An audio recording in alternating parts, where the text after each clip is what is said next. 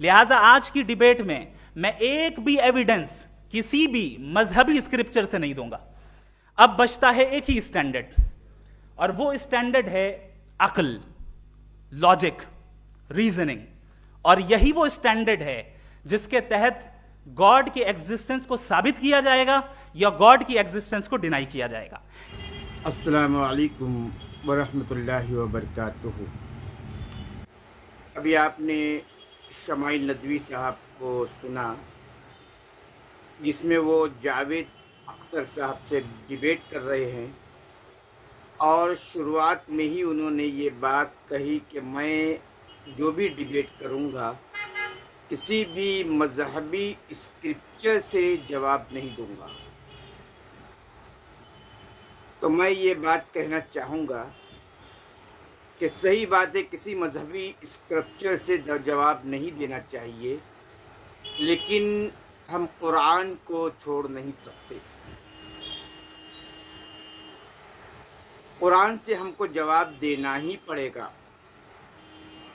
اس لیے کیونکہ قرآن آیا ہی اس لیے ہے تاکہ ہم قرآن کے ذریعے سے لوگوں کو سمجھائیں. اللہ رب العالمین ارشاد فرماتا ہے سورہ فرقان کے اندر،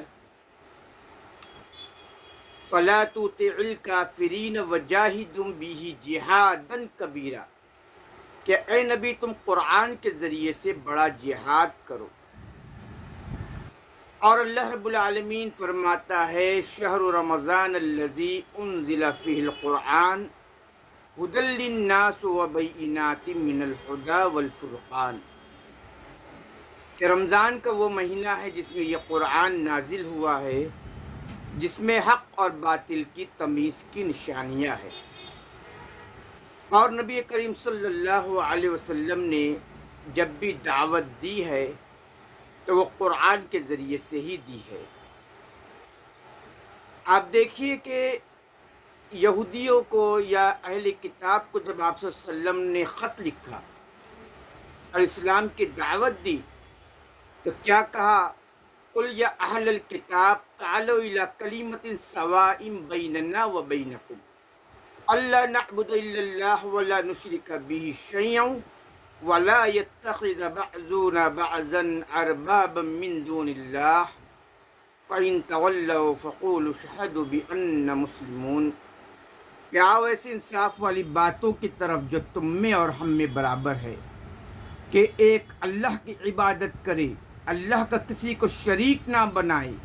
اگر یہ لوگ نہ مانے تو کہہ دو کہ میں مسلمان اور فرما برداروں میں سے. اور میرے بھائی اس طرح کی آیت بے شمار جگہ آپ کو ملے گی. آپ دیکھیے جب سوید بن صامت نامی شخص مدینہ آیا تو اس نے سب سے پہلے نبی کریم صلی اللہ علیہ وسلم کے سامنے حکمت لقمان پیش کی. آپ صلی اللہ علیہ وسلم نے دیکھا اور تعریف کی، اور پھر آپ صلی اللہ علیہ وسلم نے کہا کہ اگر میں نے تمہیں اس سے بہتر کوئی چیز پیش کی تو کہا کہ وہ کیا ہے؟ سوید بن صامت نے کہا کہ وہ کیا ہے؟ تو آپ صلی اللہ علیہ وسلم نے قرآن پیش کیا، اور قرآن پڑھ کر وہ شخص مسلمان ہو کے جاتا ہے اور اوس و خزرج کی لڑائی میں مارا گیا.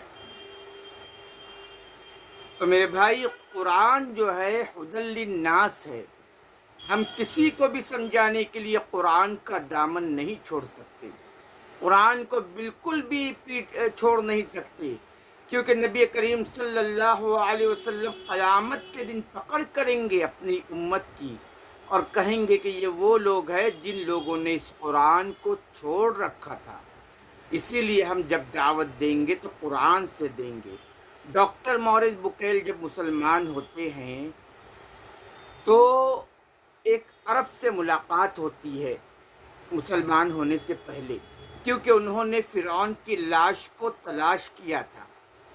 تو وہ عرب کہتا ہے کہ تم نے کوئی بہت بڑا کارنامہ انجام نہیں دیا فرعون کی لاش کو تلاش کر کے، کیونکہ اللہ رب العالمین نے تو 950 سال پہلے لکھ دیا ہے قرآن کے اندر کہ ہم اس فرعون کی لاش کو محفوظ رکھیں گے تاکہ یہ لوگوں کے لیے نشانی بن جائے، عبرت بن جائے۔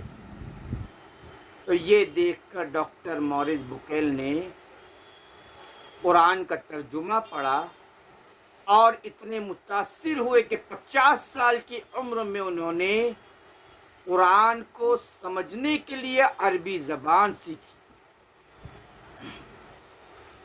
تو میرے بھائی ہدی للناس ہے، اسی لیے ہم کسی کو بھی قرآن کے ذریعے سے ہی سمجھائیں گے، کیونکہ عمر رضی اللہ تعالیٰ عنہ فرماتے ہیں کہ لوگوں کی قیاسی خطاؤں کو امت کا طریقہ مت بناؤ۔ تو قیاس سے اللہ رب العالمین کو ثابت کرنا یہ ایک حماقت ہے میرے بھائی، کیونکہ عقل جو ہے وہ شریعت کے تابع ہے، شریعت کے تابع ہے عقل۔ ہم پہلے جو ہے قرآن پڑھیں گے اور اس کے اندر ہم اپنی عقل کا استعمال کریں گے غور و فکر کرنے کے لیے، قرآن پر غور و فکر کرنے کے لیے ہم عقل کا استعمال کریں گے، لیکن ہم کوئی بھی قیاس نہیں لگا سکتے اللہ رب العالمین کو ثابت کرنے کے لیے۔ یہاں تک کہ حدیث میں آتا ہے کہ ایک زمانہ آئے گا لوگ کہیں گے بحث و مباحثہ کرتے ہوئے کہ اللہ کو کس نے پیدا کیا، تو اس وقت بھی اللہ نے فرمایا کہ تم دلیل دینا تو سورہ اخلاص پڑھنا، قل هو اللہ احد اللہ الصمد لم یلد ولم یولد ولم یکن لہ کفوا احد، کہ کہو اللہ ایک ہے، خود صمد و بے نیاز ہے، لم یلد ولم یولد، اس کو نہ کسی نے جنا ہے نہ ہی اس نے کسی کو جنا ہے، ولم یکن لہ کفوا احد، اور اس کے جیسا کوئی نہیں ہے۔ آپ نے ایک مقام پر کہا شمائل ندوی صاحب کہ ڈاکٹر یہ خدا جو ہے نان فزیکل ہے، لیکن اللہ نے یہ بھی نہیں بتلایا کہ فزیکل ہے یا نان فزیکل ہے۔ اللہ نے صرف اتنا بتلایا ہے کہ اللہ تعالیٰ کے ہاتھ ہے، دونوں ہاتھ داہنے ہیں، اللہ کا پیر ہے جو جہنم میں اللہ تعالیٰ رکھ دے گا اور جہنم بھر جائے گی۔